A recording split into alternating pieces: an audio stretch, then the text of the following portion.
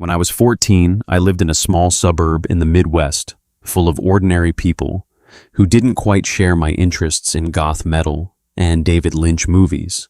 So I often took to the internet to meet people with like-minded interests in hopes of some stimulating conversation. Add to that, I had recently come out as gay to a couple of close friends, along with my mother, who did not take the news well at all. I didn't know any gay people in real life, so at the time, the internet felt like the only place to meet other people sharing similar experiences. This was back in the days of dial-up, when it wasn't too uncommon for strangers to strike up an IM conversation based solely on their AOL profile. One day, I received a message from a guy around my age named Steven. It started off pretty normal.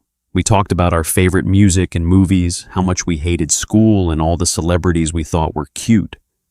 He eventually revealed that he was 16 and was living with his older brother because his parents had kicked him out of the house for being gay. I thought it was cool to meet someone who lived nearby that was old enough to drive and didn't live with their parents, so we decided to meet up after a couple of weeks of long chat sessions. I knew my parents would not be cool with me meeting a stranger from the internet, so I lied and told him that he was a mutual friend of another friend they already knew and trusted. Once the plan was set, he showed up on a Friday evening in an old beat-up pickup truck. To my relief, he didn't look like a creepy old catfish stalker. In fact, he looked just like his pictures. Red hair, goofy, smile, but definitely not unattractive. We went for a ride, grabbed a bite to eat, stopped at a guitar store, and caught a new movie at the theater. I was so excited to have a friend with similar interests who knew about the pressures of being gay in a small town and was happy to chauffeur me around. I decided I didn't want the fun to end once curfew. Drew closer and asked if he wanted to crash at my place. I had a trundle bed that pulled out from underneath my bed so he could sleep comfortably without the pressure of something sexual happening after watching a DVD. We both passed out for about an hour when suddenly there's a loud knock at the front door. My parents awoke to find a police officer, also a friend of the family. As my dad was a retired cop standing at the door, I went out into the living room to see what was going on, and he proceeds to tell us that they received an anonymous phone call that someone in her house has been communicating with a wanted pedophile. My parents went into my room and where my computer was and forced me to downgrade my AOL account to kids only when my new friend slept soundly nearby. I told them I had no idea what they were talking about, but since I was pretty much the only person using the internet extensively in our family, they said I would be banned from regular use until the mystery was solved. The next day, Steven and I were out for a ride, just enjoying the day, when all of a sudden we were passing an oncoming SUV who slammed on his brakes and did a squealing 1880, only to begin tailgating us and honking his horn furiously. I was screaming at my friend to slow down and asking if he knew what was going on. Who was this crazy person behind us? He didn't say a word. We wound up in a high-speed chase that felt like hours, but probably only lasted about 5 minutes. Steven finally pulled over and jumped out of the car and motioned for me to follow him, so I did. As we're getting out, the driver behind us headed straight for me and went to punch me, square in the face, but stopped mere centimeters before actually hitting me. I pulled away from his shaking fist and saw a man in his 30s, with eyes bulging out of his head literally. I much later realized he had Graves' disease, which if any of you have seen what it looks like, it's nothing short of terrifying on an angry man about to beat you to a pulp. This man went on to tell me that my friend was actually 21 years old, and that he was his boyfriend, and that I needed to stay out of their lives if I wanted to live to see tomorrow. Once the initial shock and confusion wore off, I was absolutely broken. Scary. Graves guy took off with Steven and left me in the dust. I made my way home and didn't say a word to my parents, Just locked myself in my room and cried harder than I've ever cried. Before, I felt pretty damn Saint stupid and ashamed for being so naive. I hoped that the whole thing would just blow over without anyone ever finding out. But the story didn't end there. My older sister and I had our own landline phone number, separate from the main house phone that we shared, and kept that answering machine in my room. I came home from school one day and noticed my mom was already home, which was odd because she didn't usually get home from work until a few hours later. I went straight to my mom to find a new message on the machine. It was the Graves dude who went to leave a voicemail. But my sister had picked up mid-message so I could hear their conversation. Over the recording, he pretended to be a faculty member of my school and asked for my mom's work number. He wound up calling her and giving her a detailed account of just who exactly I had been hanging around with. I went out to the back patio where my parents sat, looking just absolutely devastated as they informed me 2 FBI agents were on their way to get a report about my experience with Stephen, who, by the way, wasn't actually named Stephen. It was a fake name he had given me once the agents arrived. They informed me that he was wanted for alleged molestation of 2 children, one of them as young as 10 years old. Needless to say, I was sick beyond belief and angry to boot. I complied with everything they asked me to do and agreed to testify against him on trial. I wasn't going to let this liar get away with hurting any more kids, and apparently the other families involved were so embarrassed they didn't want to testify, leaving only me to do something about it. Around this time, I received a late-night phone call from Stephen's boyfriend, asking if I was okay, checking up on how I was doing, and eventually turning the conversation around to a more flirtatious tone and complimenting me on my musical tastes, appearance, etc. At this point, I realized that this wasn't just a jealous, possessive boyfriend involved in a game of cat and mouse, but rather some kind of partner in crime who rebelled in younger boys just as much as this disgusting significant other. I quickly hung up and never spoke to him again, though he did attempt to call me a few more times after that. According to the caller ID, fast forward 1 year, when Stephen's court date finally arrived. I went to the courthouse downtown with my mom and was informed by an attorney that he took a plea deal and would be sentenced to jail for 1 year. Yep, that's right, folks. He only got 1 year because his victims refused to come forward in testifying.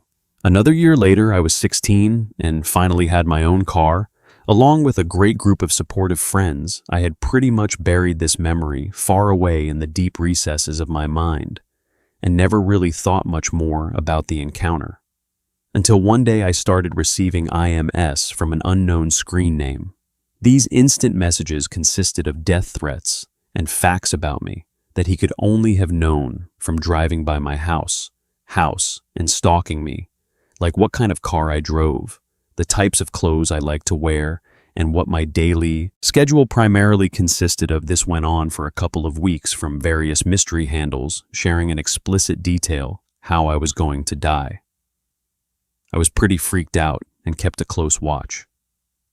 Wherever I went, however, I never saw him creeping around in spite of the heightened awareness of my surroundings. I eventually printed the items out and shared them with my school PRIN, along with the police, assuming no doubt it was Stephen attempting to contact me again. Hell-bent on revenge after filing a report. I luckily never heard from him again. I don't know what became of him. I don't even remember what his real name was. I can only hope something truly horrible has happened to him since all of this transpired. This is a story I kept from my friends for a very long time, and to this day, many people in my life don't know about it. It's still a delicate subject, but a story I felt compelled to share. I have since received counseling and live a very happy life as a 28-year-old, far, far away from that dreadful little town, and any stranger who attempts to contact me on Facebook gets blocked immediately. The day before I received the first text, I had been at a festival, being the reckless 16-year-old that I was. I got too intoxicated at and don't really remember much. I somehow made it home about 9 a.m. the following day, and around probably early afternoon, I wake up to a text from a random number asking, "Who is this now?" At this point, I was terribly hungover and out of it, so guess this text was from someone I embarrassingly gave my number to at the festival. So I text back asking if I met them last night, and he says he couldn't remember. The conversation is pretty much normal for a small while. As I tried to work out who this person was, I eventually asked him if he could send a picture of himself so I could try and remember talking to him the day before. He asked me if I received the picture, and I didn't. So then I just asked him for his name. We'll call him Jack, but this name didn't ring any bells to my hungover, still half-drunken self at the time, and stupidly kept talking to him. I was asking the people I went to, the festival with, they remembered a guy named Jack, and nobody knew. So it was pretty weird, but I was hanging too hard to think straight. This is when things started to sound a bit off to me. He asked how old I was and where I lived, too, which I answered and asked him the same. He told me he was 17 and lived in the same place. So I took it as they were, someone in the exact same situation as me, unable to remember who they met last night. Now what he said next might ring alarm bells for others, and almost rang mine. But things like this are asked a lot by desperate boys around my area. He asked if I was single, and from that point on, I really didn't care for speaking to whoever this was, so I ignored them and went back to sleep. I woke up again, slightly less hungover and thinking more straight. I remember reading through my text with Jack, and something clicked. I felt a bit uneasy, as I remembered a few months back. One of my friends used a guy named Jack's phone from her work to call me, and the day after, he wouldn't quit texting me until he said he'd delete my number, and I had heard nothing since I immediately texted her, asking if a guy named Jack still worked with her. And if this was number, she replied, saying yes, and I swear my blood ran cold. I even started to think I was dreaming or something, because this is the kind of things you hear, and you never expect it to happen to yourself. I sent her screenshots and my text with him, and she seemed really creeped out, telling me he was a dirty man in his late 50s, and that he had been sending weird texts to another one of her colleagues, far weirder than those I received. But I won't mention what they said out of respect for her privacy. It was a bit of a creep to her in person, too. This shook me up a bit, so I told my mom, who was absolutely livid. She told me if he contacted me again, that she called the police. Fast forward to a few days after I was in town, waiting for my mom to pick me up and take me home to change for work, when I got a text coming through from Jack. I was thinking, oh God, not again, and opened it to see a picture of some teenage guy with, "Did you get it yet? This is me," or something. Afterwards, I knew this wasn't him, so ignored it and told my mom. When I got in the car, and we called the police when I got home, and they arranged to visit with me.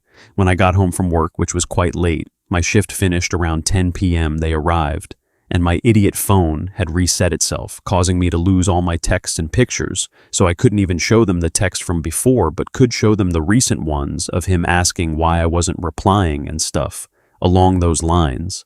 As the police were on my phone, he texted me, which I found quite funny as he was unaware who they were being viewed by. We shared the information about how he had harassed the girls I know who work with him, and as much as we knew about the guy, and they said they'd dig up some dirt on him and take a visit to his workplace.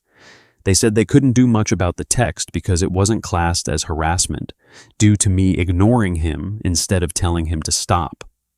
But what he'd done to the other girls was enough for them to take action after they left. I texted him asking him not to text me again, and he replied with something like, "Why? What did I do?" but never contacted me again. After that, the police knocked at my door a few days after telling me they were going to visit him later on today and would tell us what happened after. If I remember correctly, this whole thing is kind of a blur. In some places, as I don't like to think about it much, they never got back to me. But luckily for me, I got all the gossip I needed from my friend who worked there. She had let everyone know about what he had done, so pretty Everyone else working with him had been avoiding him, and I think he got quite angry about that. Apparently, the police came in and requested to talk to him in private, and they took him outside. When he came back in, she said he was very grumpy. Obviously, from the telling off, she soon found out that the picture he had sent me was of his own son, which is so completely messed up. His son found out what he had done and threatened to beat him up rightly. So, finally the workplace fired him, and I had to do a statement for all their evidence, so they could win if he took them to court. Last thing I heard of him was that he moved well away from the area, which relieved me so much, as I like to take walks most days down to where he lived, which refrained me from doing so. Out of fear, there are some other things I should mention. For me, added to how creepy it was, but I wasn't sure where to put them, in between the time gap where he first texted me after my friend used his phone, and when he texted me after the festival, I went down to the workplace to speak to the owners about getting a job there. At one point, I was sat smoking with pretty much all of the other staff outside, and I was sat opposite to him. This makes me feel so uneasy, because that whole time he must have known who I was, and maybe him seeing me then made him want to try to catfish me or whatever. My friend also told me at the time he was trying to send the fake picture of his son. He was walking around the workplace trying to find stronger Wi-Fi to send it and getting really frustrated. And one thing that I just found out was that he had tried contacting me on WhatsApp. I was looking at his Facebook profile, and I recognized his profile picture from a message I got off of some random guy on WhatsApp, but I shook it off, as those random messages you get sometimes I don't recall what date he sent a message on there, and I don't have that app anymore, but I thought it was worth noting. I actually feel a lot better after writing this out, and I have been meaning to for some time. What scares me the most are what his intentions were with me.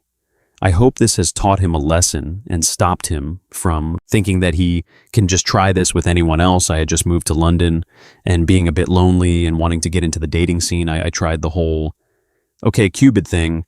It was all right. I honestly wasn't too active on it, and I checked my account a few times a week and messaged some profiles of girls that I thought were pretty. 95% of the time my messages would go unanswered.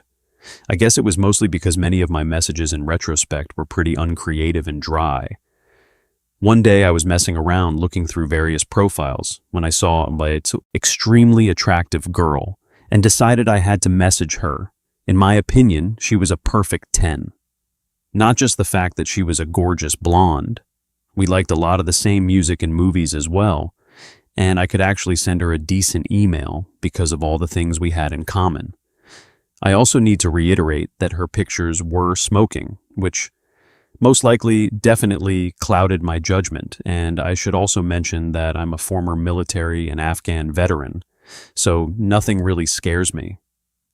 Almost immediately after pressing send, she responded, messaged each other through the OkCupid messenger service for about a week, and I got to learn a thought about her. She had an interesting name, Ipa, and she was from Belfast.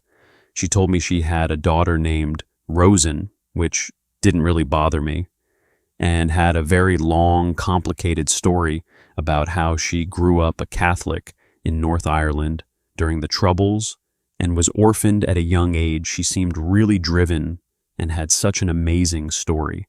I had so many questions and, in all reality, a lot of respect for her, so it was really easy to keep talking to her. Within about another week, we started talking on the phone, and then sometimes on Skype. She'd never do an actual video chat, which at the time I didn't think was too weird, but she sent me pictures of her and her daughter friends, etc. For the most part, this whole thing seemed legit. The stories she had were pretty detailed, and she was talking about stuff that I really didn't know a lot about and honestly couldn't comprehend. Then there were parts of the story that seemed to get kind of weird and didn't add up. At first, she told me that she was a hairstylist at some swank place in central London. I don't really frequent Central a lot, so okay. No, Biggie, I just met her online. I wasn't going to head into Central to stalk her at work. Then she said she owned a bar in Camden called the Lock Tavern, which I looked up on the internet and is a real place, and managed IT on weekends.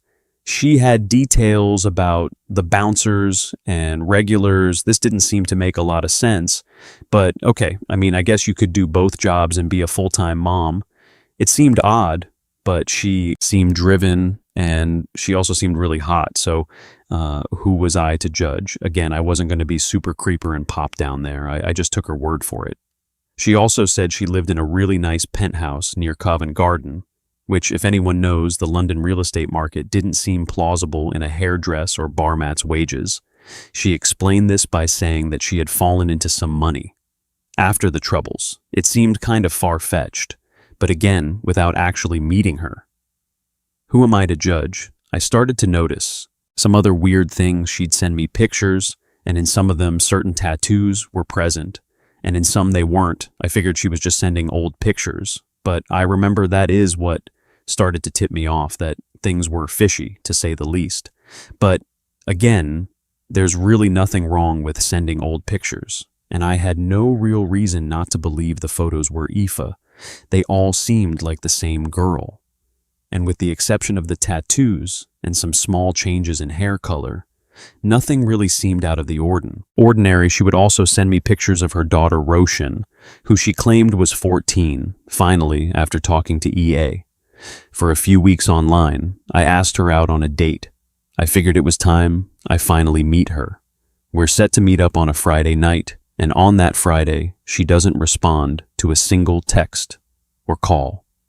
I had nowhere to meet. At her by around 9 p.m., she texts saying things got out of control at her pub, and she was really sorry, but she had to cancel. I was upset and should have bailed there, but I forgave her, and we agreed to set up another first meeting. Things from here really started to get weird.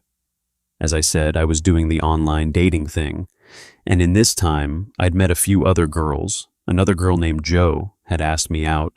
I went out with Jo. One night, in an area of London called SHA Ditch, which isn't too far from where EPA's pub was while I was out, Aoife called and texted me a few times. Basically just ignored the calls when the date was over.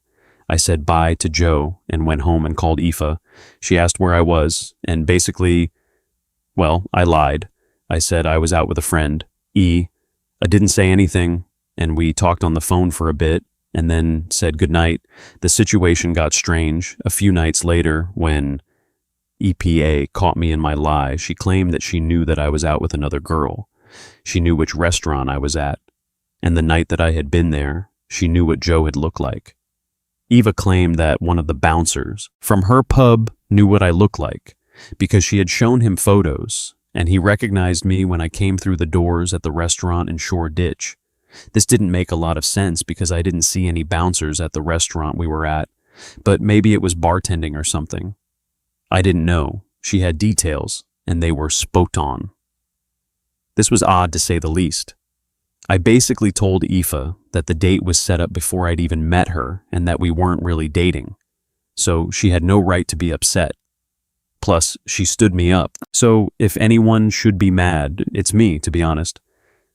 I forget it, what really happened in this part of the story. I think we fought for a little bit, didn't talk for a few weeks.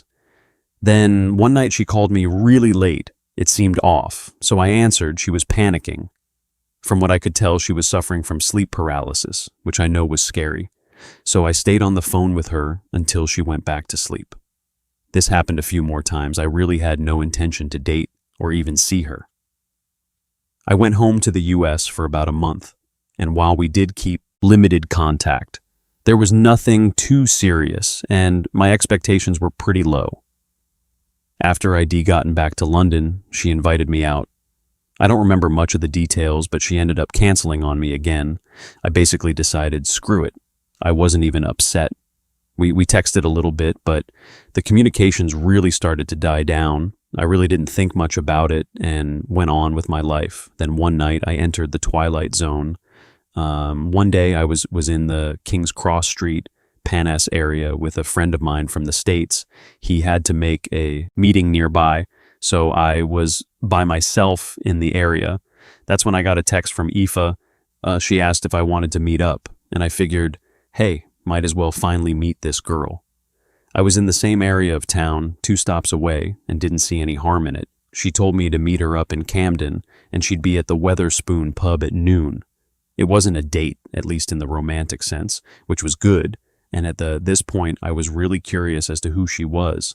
I'd literally spent hours talking and texting this girl, so I don't know Camden that well, and I'm getting texts from her on the way up there as I'm trying to find the Weatherspoons. It's right by the lock in Camden. By the way, she's telling me she's at work and in the process of selling her share in the bar, but she's on her way. Another friend of hers is at the bar, but he's a great guy. You'll like him. Again, I was already right there, might as well meet her friend. That's when I meet Reyes. Reese was a tall, skinny ginger kid. He was about 21 and had a thick Irish accent. I walked up to him, shook his hand, and we got drinks. They seemed nice enough, and for as weird as the situation could potentially be, it wasn't all that uncomfortable. Another one of his friends was there as well. They seemed like 2 nerds in the early 20s. They talked about football and video games and all the other stuff 20s, something-year-old kids talk about mixed in with a little bit of politics. E-couple random questions about how do you know? Aoife. E-T. Uzzy. I've been in Afghanistan fighting the Taliban a few years prior. The situation wasn't anything to be concerned about, I thought to myself. Then I got a text from Aoife, something along the lines of, hey, getting tied up, be there in about an hour. Reese seemed nice enough, so we hung out, got a few beers, and moved on to the next pub. Still know Aoife, Reyes, and his friend were nice. We did rounds, and fortunately, I hold my beer pretty well. Another apologetic text from Aoife rolls in. Screw it. We're drinking, I thought, and we're having a good time. Enough, Reyes would ask me random questions about Aoife, but I basically shrugged it off to being one of the only few things we had in common. We bar hopped around Camden and went to the Holly Arms. At one point I was in the queue to buy a round of drinks and felt like this sky was way too close to me. I turned around and saw an overweight old man with an ugly brown jacket and a pock-marked face. He had a crucifix tattoo on his neck. In all honesty, a typical barfly. You'd see in a British pub, I said. Excuse me, and walked past them. We continued to drink and blow the day away. By this time, it was like 2:30 to 3, and EPA is nearing 3 hours late. I decided, screw it, let's go to the Lock Tavern. Her bar Reyes and his friends seem cool with it. We get there and there's 2 Irish tricolors flying above the place. Yeah, you can tell Aoife owns the place, huh? Reese said. The part of the story kind of added up. We went into her place, and I text her to tell her we're there. Oh, great, I'm almost done. I'll be down in a minute. She never comes down. But this is when the story gets really, really weird. This other dude named Pete shows up, shakes Reese's hand, and Reese says, oh, you're here to meet Eva. Keep in mind that EA and EA are phonetically almost identical names. I look at Reyes, and he's like, this must seem weird. Eva is EA's best friend. Now, this seemed really weird, but I needed to figure out what was going on. These 2 girls have almost exactly the same name, and I had never heard Aoife mentioned Eva before. I start talking to Pete, and REE starts asking similar questions to him about Eva, that he was asking me about Aoife, but some of these questions were getting more serious. He was asking him things like, do you love her? Pete's story then starts to sound eerily similar to mine.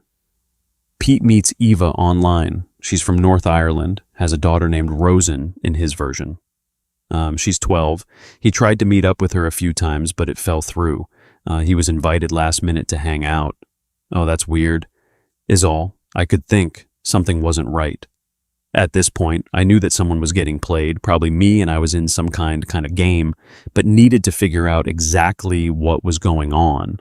Pete, and I started to figure out things right about the same time and right in front of Reese, who stuck to his guns in the story remarkably well. They both have similar names. They both have daughters that are around the same age with a really common Irish name. I'm not buying it. Neither is Pete. I decided that the pub we're in right now might not be friendly territory, and I don't want to get shanghaied and Camden, so I suggest we leave. Aoife sends me a text saying she's almost on her way. Great, I said. Meet us up the street at some other pub. Pete and I start walking out on my way out. I ask the bartender, "Hey, is Aoife working today?" He responds, "No, mate. A hasn't worked here in 3 years at this point." I know something really creepy is going on, and we head to the next pub. I've got a good buzz going, but I know I need to sober up and sober up fast. I think Pete might be a victim in this game too, but he might not be. He for sure can't be trusted. Reese and his buddy are suspected as well, but I don't have any proof yet, and my curiosity is keeping me there. We walk into another pub. Reese's friend says something to Reese, and I don't hear it. Neither does Pete. Reese loses it, he yells at his friend, and his friend basically says, "Screw off. I'm out," and takes off. Pete are still trying to put things together. I find a table on an outdoor deck. It's quiet. I can think, and I can piece this together. It's amazing how fast you can sober up when you think you're in trouble. I ask Pete if he has any pictures of Eva, and Pete pulls out his phone. He shows me a picture that I'd seen before. "Wait, that's Rosen, EPA's daughter." "No, mate, that's Eva," Pete replies. This is making no sense. I've been since the same picture of the same girl and been told it was EPA's 14-year-old daughter. I showed Pete pictures that I had of Aoife. He claimed he'd never seen the girl in the photos before. Reese was sticking to the story. That I had pictures of Aoife and Pete had pictures of Eva, and that he wasn't sure why I thought the pic was a roan. He also kept claiming that Aoife and Eva texted him and they were on their way. That's when it dawned me. I simply looked at Pete and asked him, "What number do you have in your phone for Eva?" Pete reads the number on his phone, and it turns out being the exact same number I had for EPA in my phone. If all the other clues hadn't added up, this one sent it over the edge. It also sent Pete out of the bar, as he literally jumped over a table and ran out the door. In a panic, it was actually quite the sight to see. At this point, it was just me and Ray's. I don't think that he had overheard that we both had the same number for someone that he was telling me were 2 separate girls. Reese said that Aoife and Eva had texted him and that they're on their way. I don't know who Aoife and Eva are at this point or if they even exist. I basically tell Ree that I think he's playing some kind of messed up game and that he's more than suspect of wrongdoing. He wasn't a big dude and knew that if he stepped to me, it wasn't going to end well. I basically walked right through him, knocking him into a door frame, and tore out of the bar. I headed straight for the tube. I needed to jump on the Northern Line and get home. I wasn't waiting for anything at this point. I had no idea what was going on. At best, I've been in some sort of weird Manti tale type catfish scam. At worst, I was also a victim in a snuff movie. I get on the tube and there's a guy right behind me. I look at him. He's overweight, pockmarked face, brown jacket. We make eye contact.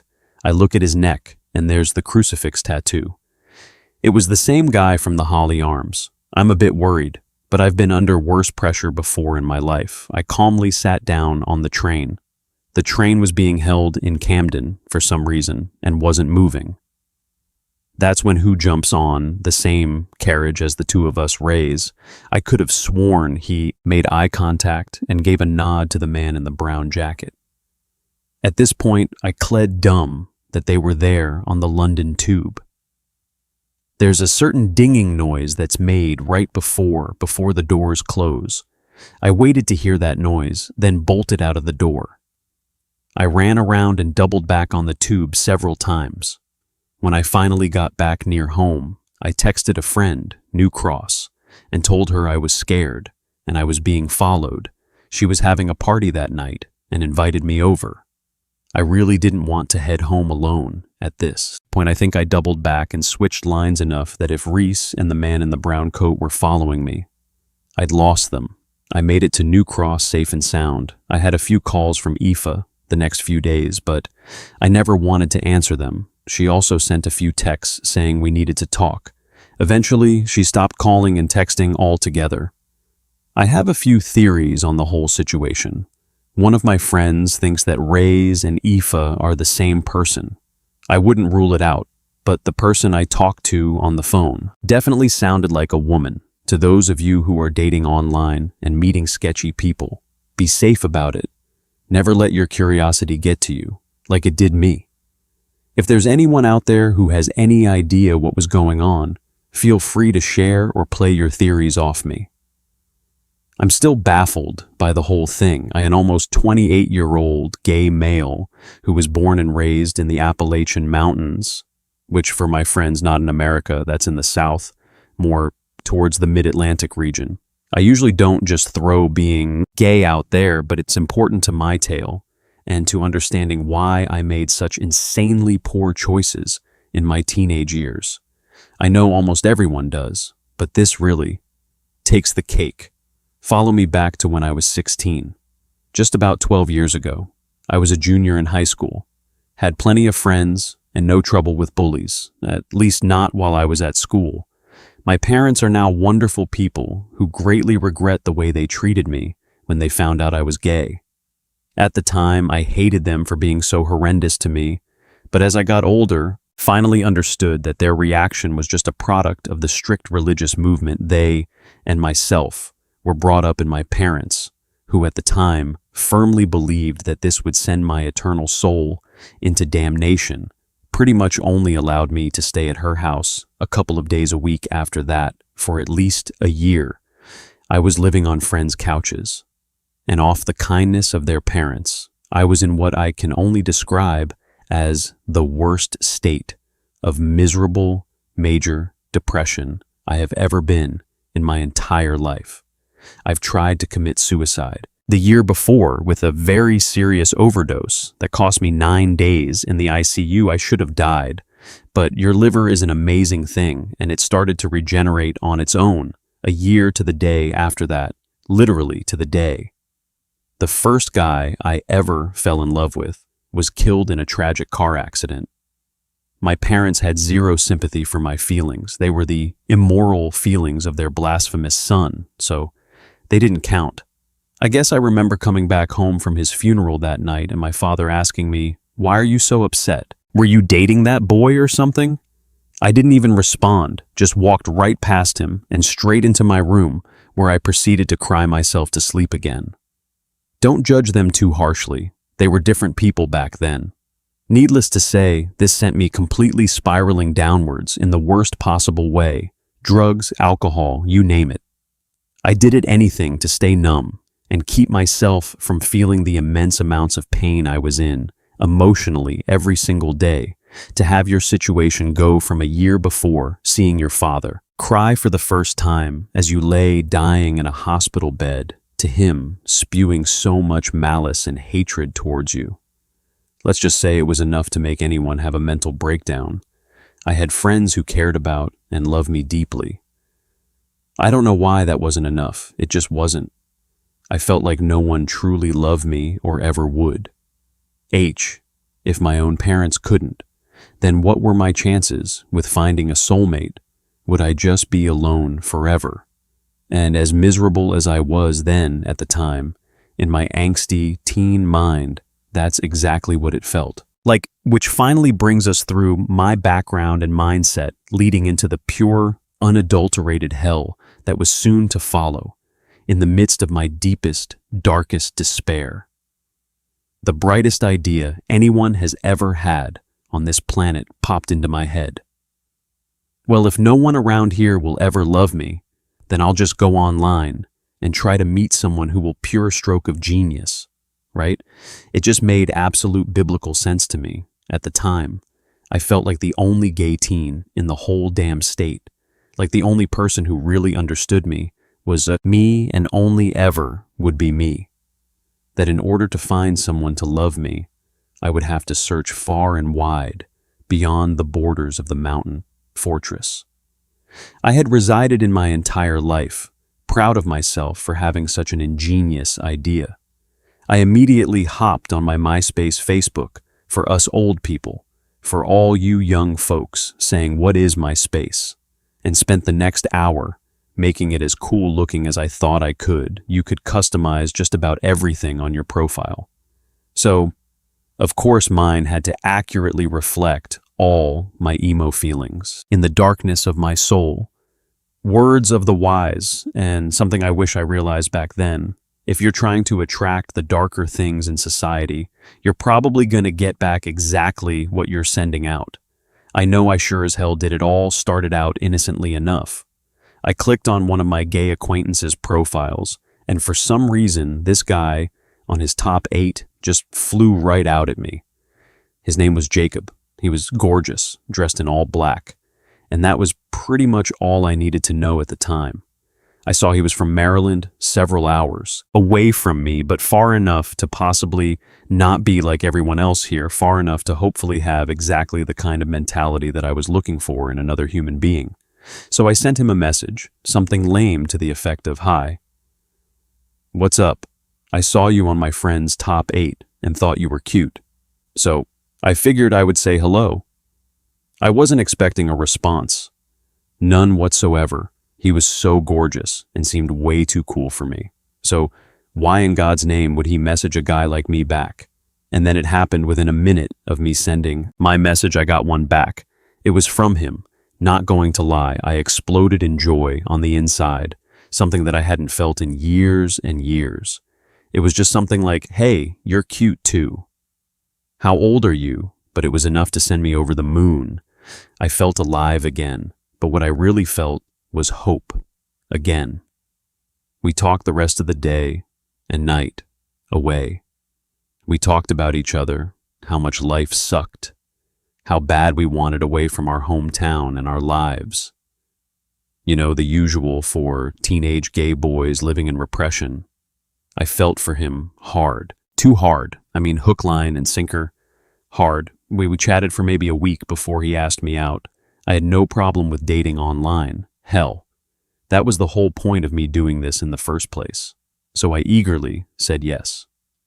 We had only been dating for a week after that, or so, when he introduced me to the rest of his friends. I met his ex-boyfriend, Zachary, and their best friend, Josie, who I quickly became best friends with, along with about 10 other girls. And guys, Josie was a cool chick, and she had known these guys for years. Who better to give me all the dirt on them, right, during the course of the next month? Josie and I became the closest friends out of everyone he introduced me to, and what turned out to be a gang.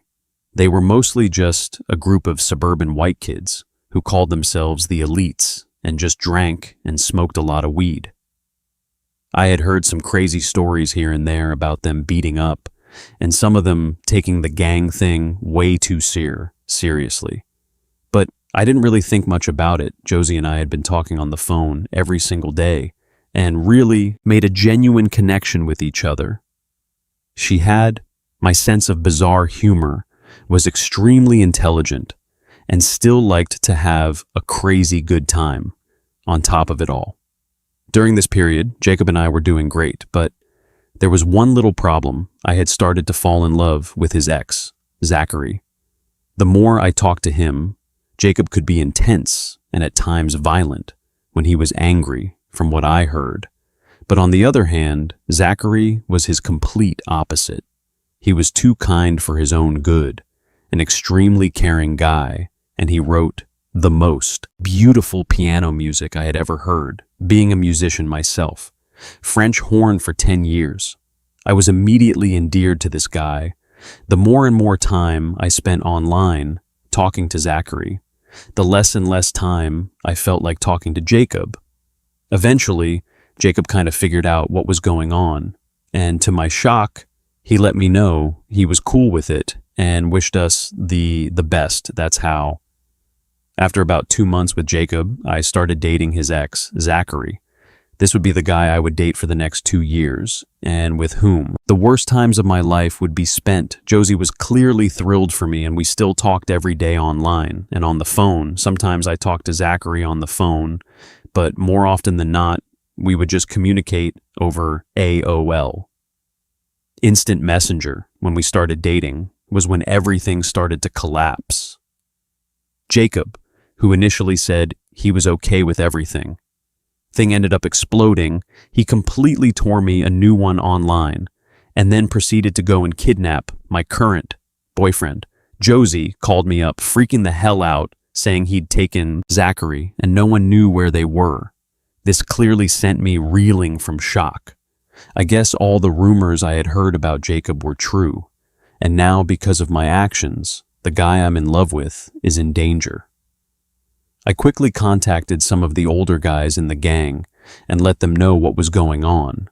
Their response was basically, not again, which got me off guard. Again? You mean this happens frequently? I talked to Chaz, the leader of this gang, while he sent some guys out to deal with Jacob and retrieve my boyfriend. He basically told me in a nutshell that Jacob has been and always will be obsessed with Zachary. That when he gets wasted on whatever he goes cuckoo for, Cocoa Puffs, and sets out on some wild mission to kidnap and apparently violate my new boyfriend, I couldn't believe it. I mean, I was in complete and total shock. Apparently the situation was resolved easily, and he handed over my man without too much incident. He also received a healthy beating to remind Jacob that it's not nice to go around kidnapping people just because you can. This was the first and certainly not the last incident. I can remember where a pattern I'm all too familiar with now would develop over the next several years. Jacob would get drunk and jealous. He would do something completely insane to me or my boyfriend. And then, after all the freaking out and worrying was over with, he would come crying back to me, begging mine and Zachary's forgiveness. This became a weekly routine, and it began to wear me out mentally very quickly. Flash forward to around a year after I sent the very first message to Jacob. I was still with Zachary, still best friends with Josie, who I'd even been up to Maryland and met in person at this point. Unfortunately, to miss my boyfriend, who was out of town visiting family and was still dealing with Jacob's craptastic, insane plots to ruin my relationship and give me a stroke before the age of 20. None of this craziness set off any red flags in my head. Not one, as a matter of fact, nothing, period, during that entire year gave me second thoughts about anything going on, really, that day to day. The sky-falling lifestyle had become the norm for me, and I was used to it. Several of my friends, however, had their doubts that they were polite enough to keep them to themselves. For the time being, this is when the first true danger that threatened me and my family ever arose, and it led to a night I will never forget. As long as I live, Kutami is a 17-year-old who in the span of 1 year had accomplished everything he set out to do. I had the perfect boyfriend. Even if I'd never met him, didn't care. I had an awesome new best friend. And Josie, we'd hung out a few times at that point, and I adored her. And I had joined a group of my own in my hometown. If my parents were going to throw me away just because of who I loved, well, then I was going to throw away every single religious thing I had ever been taught and go to the dark side. I became a Luciferian, otherwise known as a Satanist. And boy, oh boy, did I think I was hardcore. Now when it comes to the coven, I join in my hometown, that could fill an entirely different story. Now, I received a call one night around 12 a.m. from Josie, who was almost beside herself, very out of character for her. I mean, Zachary had been kidnapped over 40 times in the past year, and she hardly batted an eye. But this was different. She explained to me that Jacob had really outdone himself and lost his mind. This time, he had hired a guy from the elites named Sean to come down to my house and kill me. Plus, my mother, father, and younger sister. My sister is about 7.5 years younger than me. And from the day she was born, I have always been fiercely protective. Over her, she was, and still is, my beautiful baby sister, and truly the only one in my household that I loved at the time when I heard that my ex had taken it so far as to hire a hitman to come after my family. I flew into what we are around here call a mountain rage. It didn't matter to me if someone simply came after me, but to target my precious sister who had nothing to do with any of this was the boiling point for me. And even though I despise my parents, at the time, I'm still a Southerner. And when you mess with a Southerner's family, and all the crap you're fighting about goes right out the window, complete and total. Defend the homestead mode kicked in. I asked Josie. When he left Maryland, she told me she found out that he started driving towards my house maybe an hour ago, and as soon as she found out, she called me immediately. Okay, so that meant I had at the most 6 hours to prepare, and at the least possibly 4. If he got a good head start, she also informed me that Sean was a former Army guy, but got kicked out for failing several psych tests and being a complete sociopath in general. I'm not a big guy, and at the time, I weighed even less than I do now. I was 5'7" and made me weigh 130 pounds soaking wet. But my first thought didn't require brute strength to beat back this attacker. I called up my coven leader, Brandon, who lived not even 10 minutes away from me, and explained the situation. I told him I needed to borrow his favorite toy, and I promised to bring it back in good condition with as little blood on it as possible. He agreed. About 30 minutes later, I was back home in my room cleaning and loading an extremely nice over and under pump action shotgun. Like I said, no brute force required. I called Josie back up and got the details on exactly what he and his car looked like. Then, around 4 a.m., I told her I would call her back and crept out into my front yard. Now, for people who have never been to my house, they always got where to park at. Wrong. They always ended up in front of my house, down a hill, instead of in the driveway on the side. This little detail was stuck in my mind and probably saved my life in the very front of my yard. There was a huge oak tree that was big enough for my skinny girl Jean wearing emo self to hide perfectly behind. All I had to do was wait and hope he did exactly what I thought he would. I got so lucky, he parked exactly on the opposite side of the big tree I was hiding behind. I heard a car door open and someone step outside of the vehicle, shortly followed by the unmistakable cocking of a 9mm handgun. While that sound may have struck fear in the hearts of others, it absolutely enraged me to the core, so I replied in kind with a sound of my own. As I stepped around the side of the tree, he was directly in front of his car, gun down by his side. In one motion, I simultaneously pumped a shell into the chamber of my shotgun and raised it directly with his head about 10 feet away from me. This caught him off guard and completely by surprise. I didn't hesitate. I simply told him the God's honest truth. I said, buddy, you got one of 2 options right now. You can either get back in your car, turn around, and drive straight back to Maryland without stopping, or you can so much as flinch in my general direction, and I will splatter your brains all across the yard. You have 5 seconds to decide what's going to be. I kid you not, the most sickly smile spread across the psycho's face, and for a moment, I thought we were about to reenact the movie. Tombstone. Fortunately, he had much more of a sense of self-preservation than I thought. Someone who had just drove 8 hours to kill a family he never met would have. All he did was give a little chuckle and said, "You're a cold dude. See you around." He then walked backwards very slowly, my gun following him the entire way, got back into his car, and just drove off right then and there. I made up my mind I had to tackle the beast head on. I was always raised that if you have a problem, be a man and take care of it yourself. I had to go to my enemy, Jacob's home turf, and bring this war to his doorstep, just like he brought it to mine. It was time to go to Maryland after all the drama of nearly being murdered by a nut job. I'd really had enough of Jacob's BS at this point. I got online and cussed him out until a fly wouldn't land on him, making a point to let him know that his little plan backfired. He wasn't dealing with some poor little boy that couldn't fend for himself. And each and every crazy situation that evolved had made me stronger as a person, if not a little bit more mentally. Disturbed every time I told him he was going to regret the day he ever crossed me and my boyfriend instead of apologizing. Like usual, his true colors finally came out.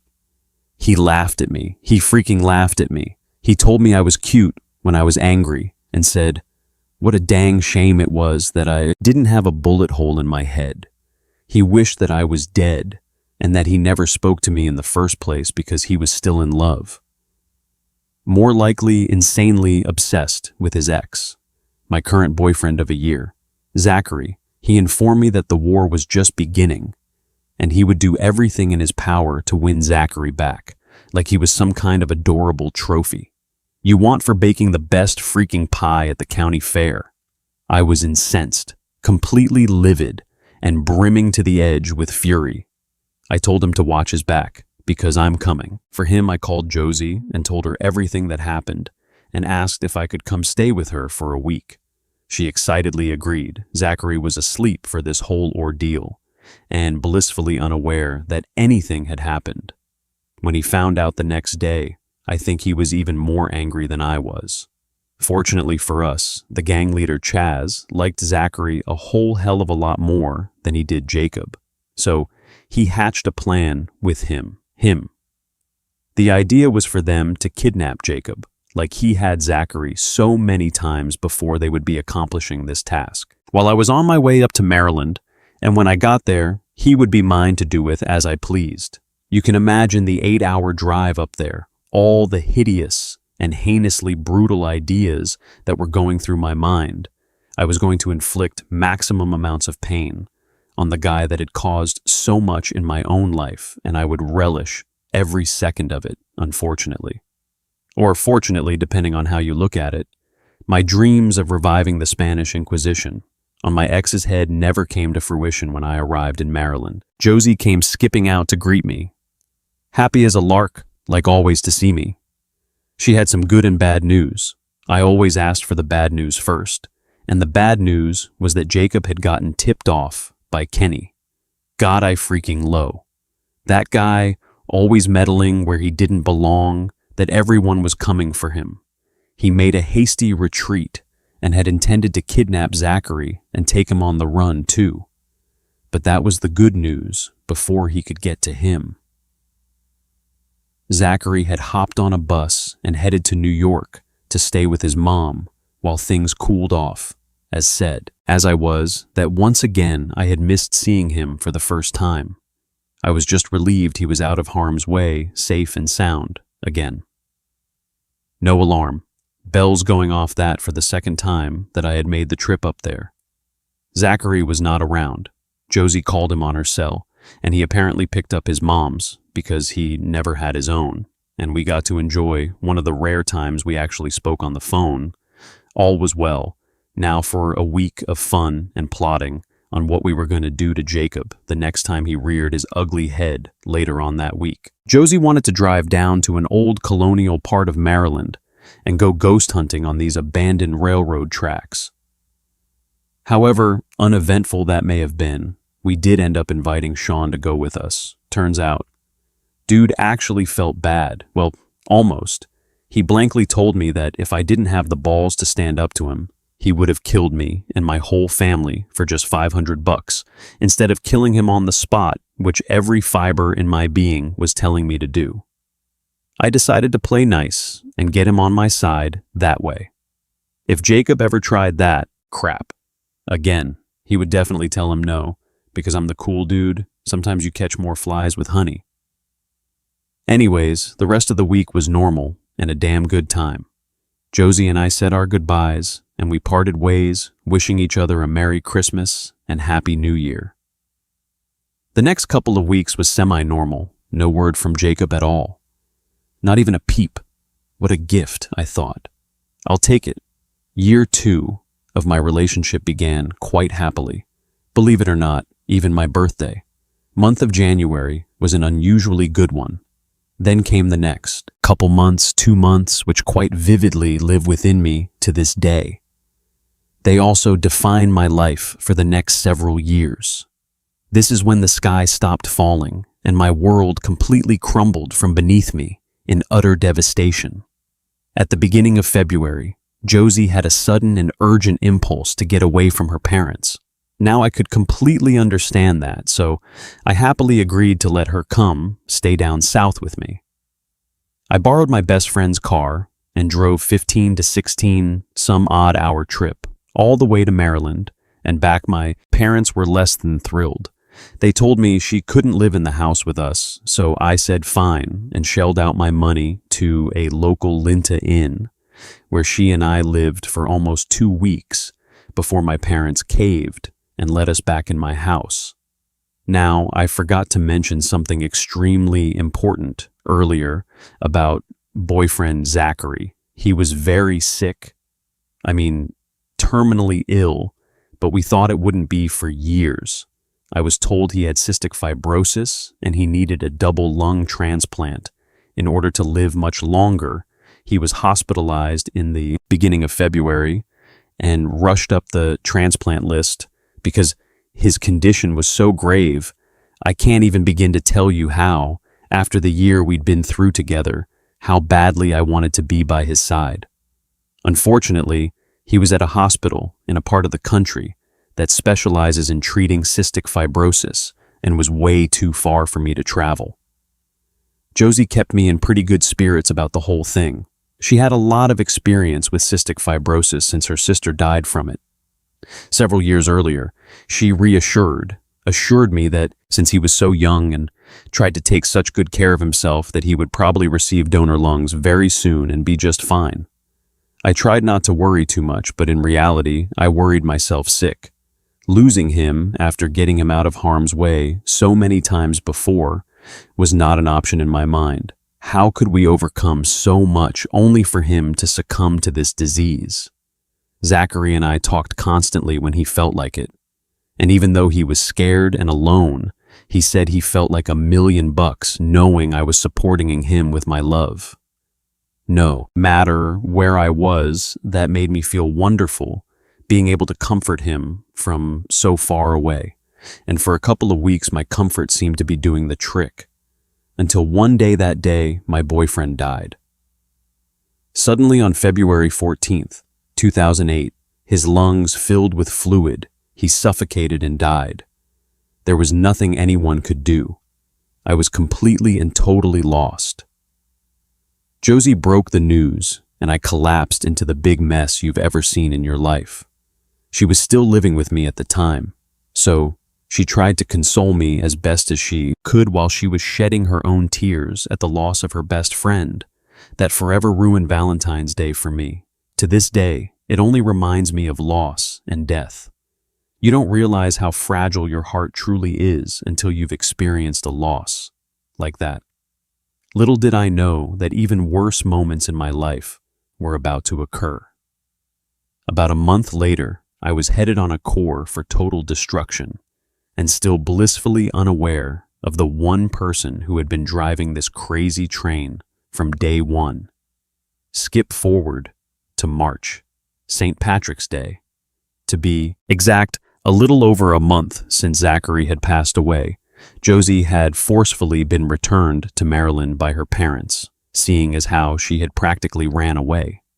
I was off in LA La Land of booze, drugs, and more pain than either of those could cover up. I was chilling with my Satanist posy, doing what all normal American teenagers do on St. Paddy's Day, pretending like we're Irish and testing the limits of alcohol poisoning.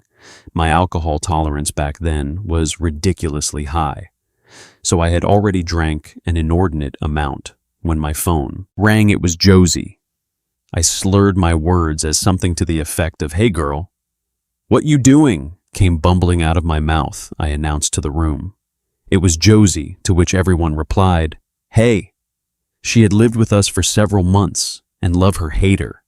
She had become an honorary Southerner.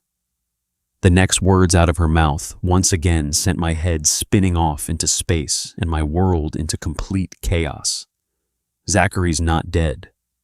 I stopped breathing for a moment, and when I caught my breath, I asked her to repeat that again. She did, except this time, she added the fact that his life had been in danger, blah, blah, blah, so he had to hide, even from me, blah, blah.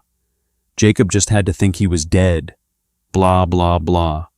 I could literally feel my brain dripping out from my ears as my mind turned into mush with every word out of her mouth. Then, for the real kicker to my drunken mental meltdown, Zachary got on the phone. Sure enough, it was his voice. He apologized for what he had to do. I apologized for what I was about to do, which was scream and yell. My lungs out, throw my phone into a wall, smashing it into a million pieces, and then proceeded to go from super hammered drunk to completely insane. I drank everything that wasn't nailed down. Who knows what other drugs I did on top of that, because I sure don't remember.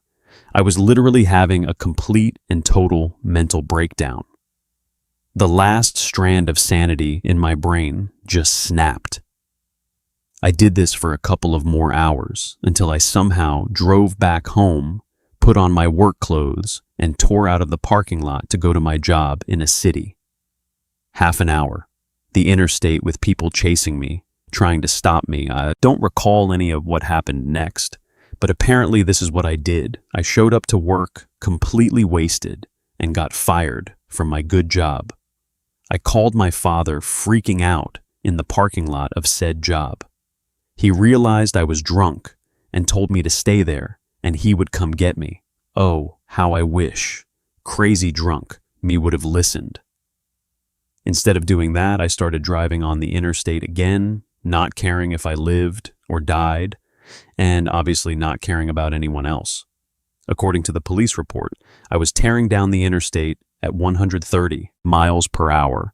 I apparently hit 2-mile markers on the side of the road and blew out both my right-hand tires, but continued on driving with sparks shooting 50 feet out of the back of my car. I took the exit to the hospital, going that fast, and spun out completely. Totaled what was left of my car. According to Beist standards, I then proceeded to exit my vehicle and run across the damn interstate towards the hospital, with people chasing after me. Once I got to the ER doors, I heard the now familiar whoop, whoop of a police cruiser. I was so arrested for driving under the influence. I blew a .2 about 12 hours after I had my last drink. If I had blown a 0.21, I would have gotten a felony charge that led to years of failed drug tests, violated probations, and ultimately a year in jail. Down the line. After that, I decided enough was enough. These crazy people from Maryland and their insane concept of living could all go to hell for as much as I was concerned. It had been nearly 2 years of torment, fear, and unimaginable pain. Worst of all, it was starting to cost me my mind and my freedom. I was done listening to Josie and ready to start listening to my actual friends in town who had been begging me to stay away from those people for a long time now. Some good friends sat me down and started to tell me the inconsistencies in all their stories over the last few years. At first I didn't want to listen, but then, eventually, there was too much evidence not to listen. Finally, I opened my ears and my mind on what was really going on. I decided to figure this out once and for all. I got on my MySpace, Facebook, and every other social media I could think of. I typed in Josie's full name into the search bar of every single one. What I found to this day still makes me want to turn my stomach contents inside out. They own every social media possible, By using her name and the few email addresses I knew she had, I found dozens and dozens of accounts linked to her emails, duplicate after duplicate of Zachary's full name on accounts with pictures of her, and the same thing with Jacob and every single solitary other person in the supposed elites. That's when it finally, after years of denial and torment, finally freaking hit me. Like a railroad car full of bricks. My God, she's every single one of these people. She's absolutely and unequivocally made up every single solitary one of these people and has been pretending to be a dozen or more people for over 2 years. As you can imagine, my jaw hit the floor. Thank God I had some close friends there who kept me from falling apart and helped me find every single fake profile she had ever created. I was dumbfounded. Profile after profile after profile that had her pictures. But the names of people I thought were entirely real prototype accounts before she ended up making the actual fake accounts gags or jokes to her. Really, in fact, all of this had been one big, insane, psychotic joke. I was too shocked to be enraged yet. But don't worry, that's coming. I diligently copied every link to every single one of her profiles in my AO instant messenger. And then I called her, "Hey, how are you? I'm all right. I guess just bored." "You nope, definitely not bored. Over here. Get on AIM chat and I'll show you something really interesting." I was nearly hysterical at this point, and I could tell she knew something was up when she was online. I simply asked her, "Hey, Josie, what are these then?" I sent her the link to every single fake profile she had ever created in her miserable life, and a few from email accounts I didn't even know belonged to her. The silence on the other end of the line was deafening as I heard her clicking through link after link. Her 2-year-long mental game was over, and she finally realized it, her words. "Well, man, guess you got me," she then started to laugh, genuinely. Laugh as though something remotely funny had just occurred. I don't recall what I said, but apparently it was bad enough for my friends to take away the phone and have to hold me down, catfish. The shower movie wasn't around way back then, so I had unwittingly become one of the first hardcore victims of a stalker in the internet age. Worse than that, I had talked to, lived with, and even befriended the girl who had been stalking and trying to ruin my life for over 2 years. It was literally, and still is, the single biggest plot twist I have ever had in my entire life. Thousands upon thousands of messenger conversations, hundreds and thousands of hours of phone conversation, countless amounts of cash being spent to drive up several states away just to stay with my psycho stalker every single time, even bringing her down to live with me for months. Having $5,000 mysteriously vanished out of my bank account. Everything was starting to make sense. There was no Jacob, there was no Zachary, there was no gang. What there actually was one completely insane girl with more mental problems than could fit in an encyclopedia. She was the only person I ever talked to. She was the only person I ever saw. And even worse, she was the one that paid Sean to come down to my house with a gun and try to kill my entire family. Josie was the only person in these last 2 years that had orchestrated any of this, from all the fake kidnappings and boyfriend drama to faking the death of someone I had fallen in love with and bringing him back just to screw with my head. Who does this all? The events of the last 2 years came flooding into my mind as I realized in each and every one, it was solely her and no one else but her. So many questions raced through my head, the least of all being me. I deleted my MySpace and made my Facebook private. I only accepted friends that I knew were real. I fell completely off the wagon and out of my head. Drugs, alcohol, and more drugs. That's all I could do to cope here. I was a gay man that had unknowingly fallen in love with a straight woman. And regardless of whether or not I thought it was a gay man, which I wholeheartedly did, that still messes with your head pretty bad I didn't think I could ever be close to someone again. My world had been rocked and ruined to this day. All these years later, I still don't trust people. I don't think I will ever be able to trust someone ever again. Can you blame me? She came down here. You heard me right. She moved into my sister town, not even half an hour away from me. I bumped into her by accident, and we started talking again. As much as I wanted to stomp her in a bloody pulp on the ground, you catch more. Flies with honey. I wanted answers. Hell, I just deserve them.